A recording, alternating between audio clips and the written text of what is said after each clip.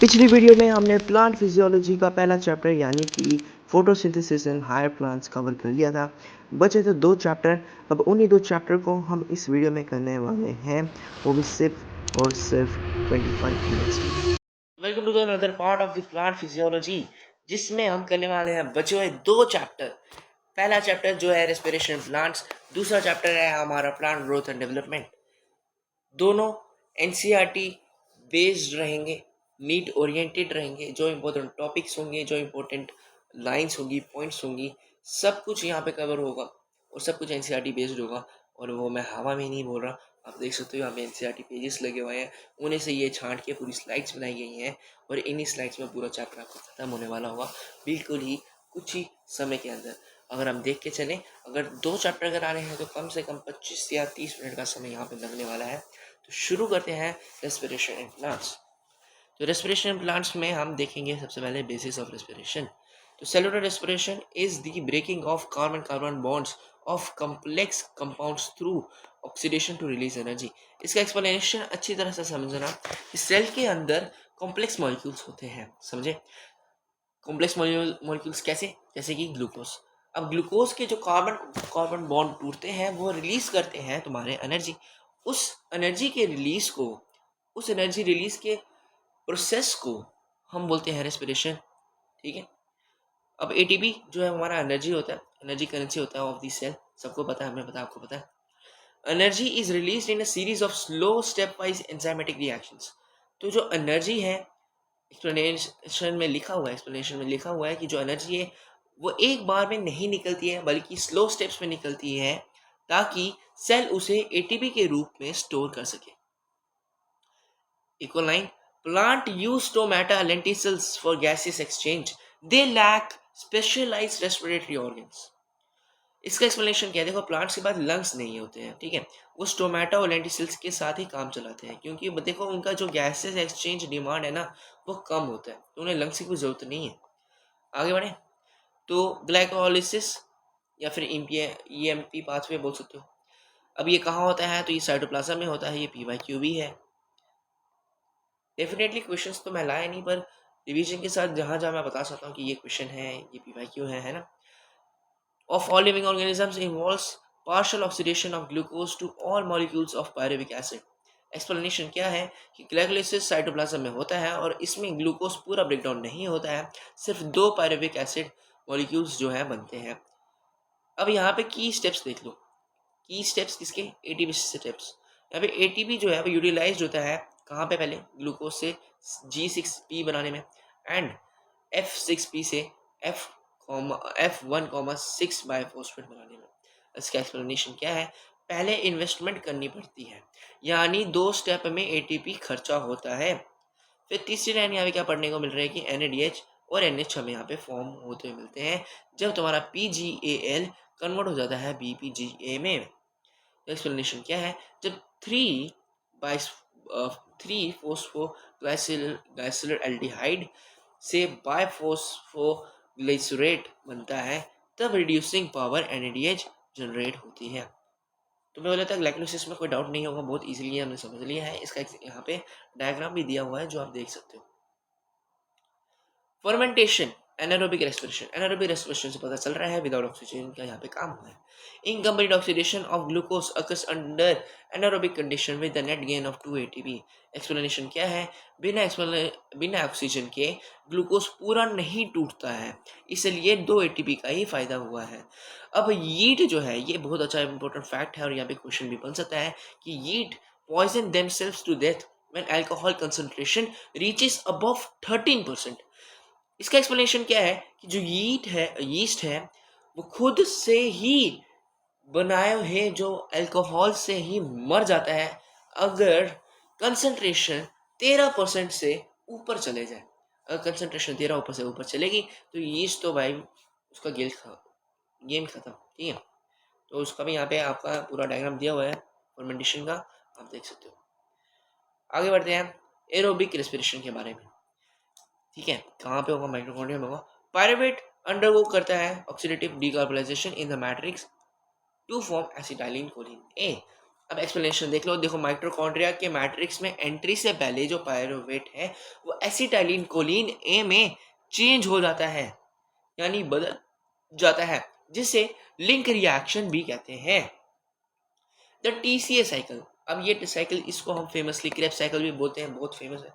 Start with the condensation of acetyl Colin A with oxaloacetic acid to form citric acid. तो इसका explanation भी बहुत अच्छे तरीके से यहाँ पे दिया हुआ है। इस साइकिल की शुरुआत ऑक्सैलो एसिटिक एसिड से शुरू होती है, जो एसिटाइलिन कोलिन के साथ मिलकर 6 कार्बन वाला सिट्रिक एसिड बनाता है। ठीक है, अब ईटीएस के बारे में बात करते हैं। देखो इन ईटीएस एक एनएडीएच यील्ड करता है 3 एटीपी और एक एफडीएच2 यील्ड करता है 2 एटीपी बाई ये पीवाईक्यू है। ठीक है, तो ये याद रखना है कि ईटीएस जो है उसमें एक एनएडीएच जो है वो यील्ड करता है 3 एटीपी एंड एक एफडीएच2 जो है वो यील्ड करता है 2 एटीपी। अब इसका भी एक्सप्लेनेशन दिया है कि इलेक्ट्रॉन ट्रांसपोर्ट सिस्टम में एनएडीएच और एफडीएच को कैश कराया जाता है ईटीपी बनाने के लिए। ठीक है, अब आगे हम पढ़ लेते हैं। Oxygen act as the terminal electron acceptor and is vital for removing the hydrogen from the system. तो एक्सप्लेनेशन क्या है कि ऑक्सीजन का असली काम सबसे आखिर में होता है, जहां वो हाइड्रोजन को पकड़कर वाटर बनाता है। ठीक है, तो ये पायरुवेट वाला यहाँ पे था, जगह नहीं थी पर यहाँ पे चिपका दिया। अगला देखो कि एमिफोबोलिक पाथवे एंड रेस्पिरेटरी क्वेश्चन। तो respiration is amphibolic because it involves both catabolism, breakdown and anabolism synthesis।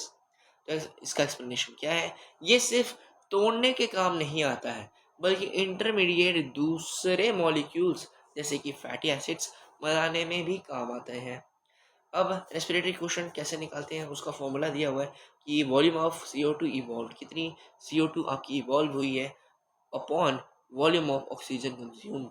इसका एक्सप्लेनेशन क्या है कि कितनी CO2 निकली और कितनी O2 यूज हुई, उसके रेशियो को हम रेस्पिरेटरी क्वेश्चन बोलेंगे।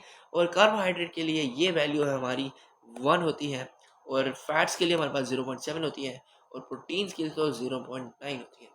तो ये वैल्यूज डेफिनेटली याद रखना, ये PYQs में पूछी जाती है। क्या बताए इस साल आ जाए। ETS साइकिल एक्सप्लेन वे में, फिर उसके बाद हमें बस ATP बैलेंस शीट करनी है और ये चैप्टर खत्म हो जाएगा। तो 7 मिनट के अंदर हम बहुत अच्छा कर लिए। ETS साइकिल एक्सप्लेन में देखो तो कॉम्प्लेक्सेस का फ्लो देखो यहाँ पे।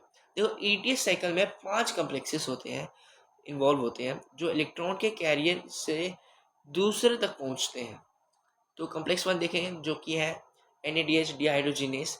ये मैट्रिक्स के NADH से इलेक्ट्रॉन लेता है। कॉम्प्लेक्स 1 NADH से इलेक्ट्रॉन लेता है, और यूबिक्विनोन एंड साइटोक्रोम C जो है वो आपका FADH2 से इलेक्ट्रॉन लेता है। ओ सॉरी, जो कॉम्प्लेक्स 2 है वो FADH2 से इलेक्ट्रॉन लेता है।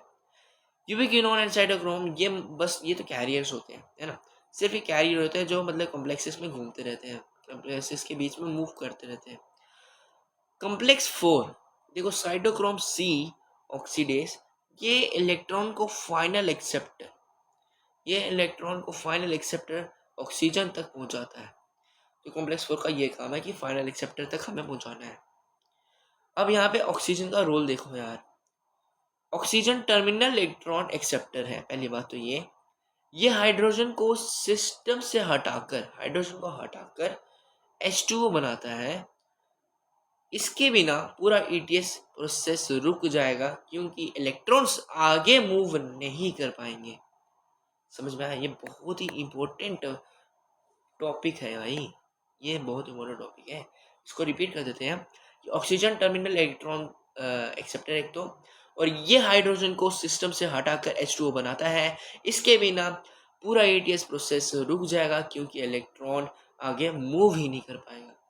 तो आगे बात करते हैं 3 ATP synthesis, third ATP synthesis, जो कि है हमारा कॉम्प्लेक्स 5। जब इलेक्ट्रॉन्स मूव करते हैं तो प्रोटॉन जो है इंटरमेम्ब्रेन स्पेस में जमा हो जाता है, जिससे एक ग्रेडियंट बनता है। पता है, हमने पढ़ा है।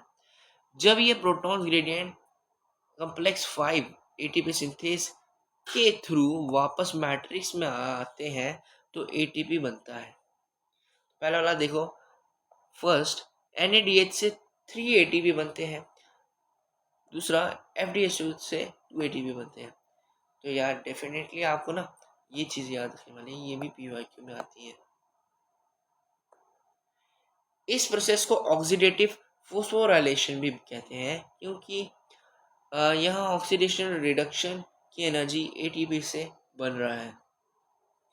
अब एटीपी बैलेंस शीट देख लेते हैं और चैप्टर को फिनिश करते हैं। देखो, respiratory balance sheet for one molecule of glucose undergo aerobic conditions result in a theoretical net gain of 3 ATP molecules, which calculation is based on several assumptions such as sequential pathways where glycolysis, the TCA cycle and the ETS follow one another, and that all NADH produced is transformed to the mitochondria for oxidative phosphorylation. तो breakdown देख लो भाई ATP production का। भाई glycolysis का अगर बात करें तो 8 एटीपी बनाएगा भाई जान। तो 2 एटीपी जो है वो डायरेक्ट होती हैं, और जो 2 NADH है 2 इंटू 3 ATP इन ETS वो मतलब 6 बनाती है। 6 + 2 करके ही 8 बना है। अच्छा, लिंक रिएक्शन की बात करते हैं। लिंक रिएक्शन ऑक्सीडेटिव डीकार्बोनाइलेशन भी बोलते हैं। इसमें क्या होगा, तुम्हारे पास 2 NADH है and 2 into 3 ATP in ETS है, मतलब कि 6 ATP तुम्हारे किसमें है, लिंक रिएक्शन में। क्रेब्स साइकिल के बारे में बात करते हैं तो TCA साइकिल भी बोलते हैं जैसे। तो 2FDH2 जो होते हैं वो 2 इंटू 2 करके ATP इन ETS 4 ATP बना लेते हैं, और गेन जो कि अभी तक हमारे पास टोटल नेट गेन कितना है 38 ATP। तो डेफिनेटली यार आपको ये याद रखना है 38 ATP, और अगर MCQ में 36 भी दिया हो तो 36 कर देना क्लियर, 38 मत करना। आगे बढ़ते हैं। In living systems the gain is theoretical because pathway often run simultaneously. Intermediates are withdrawn for biosynthesis, amphibolic nature, and the rate of enzyme is controlled by multiple factors by the comparison. Fermentation yield a net gain of only 2 ATP per glucose molecule because the oxidation is incomplete. So I guess this was it. ये वाला chapter खत्म होता है। ये है plant physiology का last chapter जो है प्लांट ग्रोथ एंड डेवलपमेंट। तो शुरू करते हैं ग्रोथ बेसिक्स के साथ। देखो, open form of growth. Plant में अनलिमिटेड ग्रोथ होती है बिकॉज ऑफ मेरिस्टम्स। मेरिस्टम्स के कारण ही तुम्हारी जो प्लांट में ग्रोथ है वो अनलिमिटेड रहती है। पैरामीटर्स क्या है, ग्रोथ को फ्रेश वेट, ठीक है, ग्रोथ को fresh weight, dry weight, length, area, volume और सेल नंबर से मेजर करते हैं। अब मेज रूट के बारे में बात करें, जो मेज रूट है वो 17,500 न्यू सेल्स बना सकती है पर आवर। ये क्वेश्चन में भी आ सकता है। और वाटरमेलन के बारे में बात करें तो वाटरमेलन का size can increase up to 3,50,000 times. So ये भी भाई ये डेफिनेटली आया था अभी नीट में, नीट 26 में आया था शायद, है ना, PYQ में, मतलब PYQ बन गया अब तो। फेजेस देख लेते हैं अब। तो यहाँ पे 3 फेज आएंगे, मेरिस्टेमेटिक फेज आएगा, इलोंगेशन फेज आएगा और मैचुरेशन फेज आएगा। मेरिस्टेमेटिक फेज में क्या होगा, हाई प्रोटोप्लाज्म रहेगा, लार्ज नंबर न्यूक्लियाई होगा, थिन सेलुलोजिक सेल वॉल्स होगी। ओके, इलोंगेशन में इंक्रीज होगा, इंक्रीज इन वैक्यूलेशन, सेल एनलार्जमेंट। तो ये क्वेश्चन आता है कि क्या होता है इलोंगेशन में, तो यहाँ पे होता है इंक्रीज इन वैक्यूलेशन। फिर आता है मैच्योरेशन, यहाँ पे मैक्स साइज होगा, थिकन सेल वॉल्स होंगी। फिर हमारा दूसरा टॉपिक आता है ग्रोथ रेट एंड थोड़ा सा मैथ है इसमें जो कि इम्पोर्टेंट है नीट के लिए। अर्थमेटिक ग्रोथ जो कि लीनियर कर्व शो करती है, ओनली डॉटर सेल जो है इसमें डिवाइड करती है। तो अर्थमेटिक ग्रोथ में लीनियर कर्व होता है, only one daughter cell divides. इसका फॉर्मूला क्या है, LT = L0 + RT, ठीक है। और जियोमेट्रिक ग्रोथ देखेंगे तो इसमें सिग्मोइड यानी कि S कर्व देखने को मिलता है, और ये कॉमन होता है इन नेचुरल सिस्टम्स। इसकी फेजेस देखोगे तुम्हारे पास लैग फेज आएगा, लॉग फेज आएगा, फिर एक्सपोनेंशियल, मतलब लॉग फेज को हम एक्सपोनेंशियल भी बोलते हैं। फिर हमारे पास एक स्टेशनरी फेज आ जाता है और इसका फॉर्मूला भी है W/W0 जो यहाँ पे तुम्हारा आर है वो यहाँ पे रिलेटिव ग्रोथ को दिखाता है, ठीक है, एफिशिएंसी इंडेक्स को रिप्रेजेंट करता है। आगे बढ़ते हैं, differentiation, D differentiation and re differentiation. ये टॉपिक भी बहुत अच्छा एक टॉपिक है और इम्पोर्टेंट टॉपिक है। तो डिफ्रेंसिएशन में देखें तो जो सेल्स है, cells settle for a specific function. इसका एग्जांपल ले लो, ट्रैकिया, ट्रैकियरी एलिमेंट्स है ना, प्रोटोप्लाज्म, डेवलप लिग्नोसेलुलोजिक वॉल्स। तो यहाँ पे क्या होगा भाई, जो तुम्हारे सेल्स हैं वो सेटल कर जाएंगे किसी एक फंक्शन के लिए, ठीक है। तो उसके एग्जांपल्स भी दिए हुए हैं, tracheary elements, loose, protoplasm, develop, lignocellulosic walls. तो ये डिफ्रेंसिएशन का था। डी डिफ्रेंसिएशन में क्या होगा, जो तुम्हारे मैच्योर सेल है वो वापस से डिवाइड करने लग जाएंगे, उनके पास वापस से पावर आ जाएगी डिवाइड करने की। Like example, formation of interfascicular cambium, cork cambium from parenchyma. तो ये उसके एग्जांपल हो गए। तीसरा आता है री डिफ्रेंसिएशन। अब भाई डी डिफ्रेंसिएशन, जो सेल्स थे वो वापस से ही पावर लूज कर गए, मैच्योर हो जाते हैं वापस। अब बात करते हैं प्लास्टिसिटी प्लस हेट्रोफिली। भाई इससे क्वेश्चन आया है, D26 में भी आया है। प्लास्टिसिटी के बारे में बात करें तो रिस्पॉन्स टू द एनवायरनमेंट और life phases to form different structures. तो यहाँ पे डेवलपमेंटल हेट्रोफिली के बारे में बात करें तो वो है cotton, coriander, larkspur. Juvenile versus adult leaves different. Plasticity में क्या है भाई, रिस्पॉन्स होता है किसको, एनवायरनमेंट को और लाइफ फेजेस को to form the different structures. Development heterophylly क्या है वो बस इसके ऊपर है, cotton, coriander and larkspur. Juvenile versus adult leaf different. Environmental heterophylly क्या है, buttercup, air versus water leaves different. अब है हमारे पास पीजीआर। पीजीआर को हम प्लांट ग्रोथ हार्मोन भी बोलते हैं। और सबसे पहले हमारे पास यहाँ पे ऑक्सिन आता है जो कि एक ग्रोथ प्रमोटर होता है। देखो डिस्कवरी किसने की थी, तो चार्ल्स डार्विन ने इसकी डिस्कवर की थी एंड फ्रांसिस डार्विन ने, ठीक है, इसके बेटे ने ही साथ मिलके पर ने फोटोट्रॉफिज्म ऑब्जर्व किया और एफ डब्ल्यू वेंट आ गया भाई। एफ डब्ल्यू वेंट ने इसे OAT एविना सेटिवा सिलुब्टाइल की टिप से आइसोलेट किया। इनका नाम ज़्यादा मतलब इसमें है, ठीक है।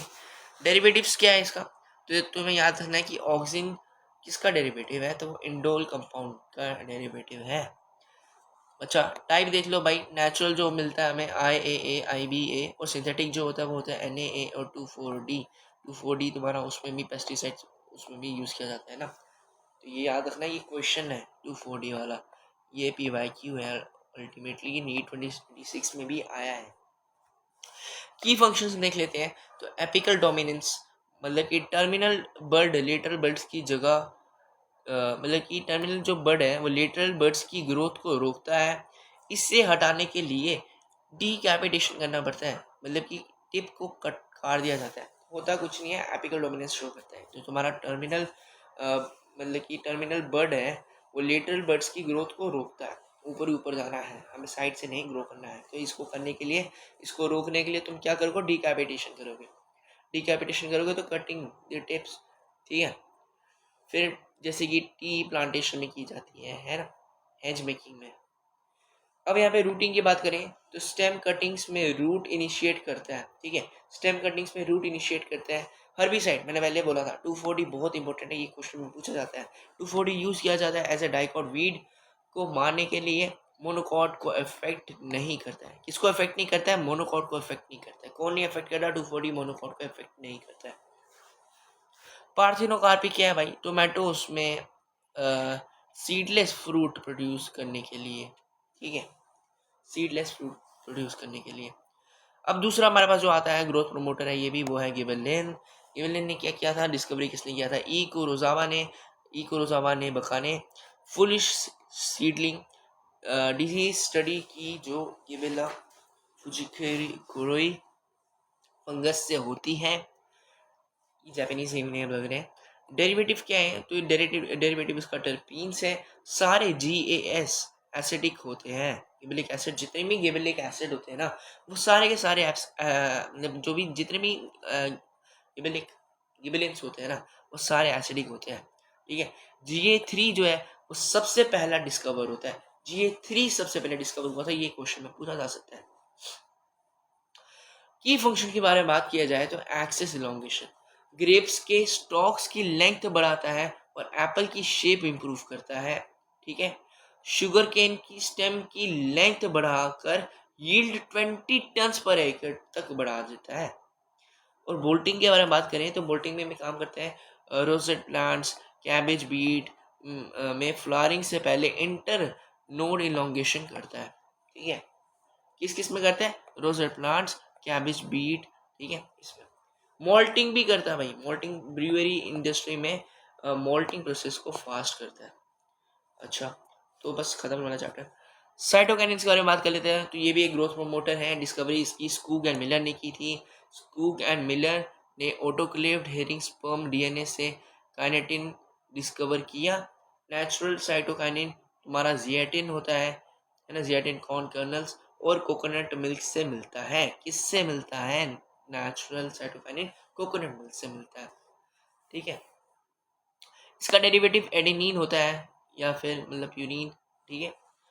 की फंक्शन इसके क्या है? सेल डिवीजन, नए लीव्स, क्लोरोप्लास्ट और लेटरल शूट्स बनाता है। ये नए लीव्स बनाता है, क्लोरोप्लास्ट बनाता है और लेटरल शूट्स बनाता है।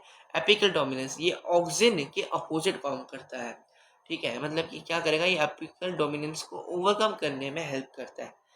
न्यूट्रन मोबिलाइजेशन, इसकी वजह से जो लीफ सेंसेंस है मतलब बुढ़ापा डिले हो जाता है। ये याद रख लेना, ये बहुत इंपॉर्टेंट है। इथाइलिन जो इसका लास्ट वाला जो हमारा लास्ट है, इसमें इथाइलिन एक गैसियस पीजीआर है। कजन्स ने इसको कंफर्म किया कि मतलब कि ऑरेंजेस को राइप किया, एक वॉलेटाइल सब्सटेंस निकलता है जो बनानों को पकाता है।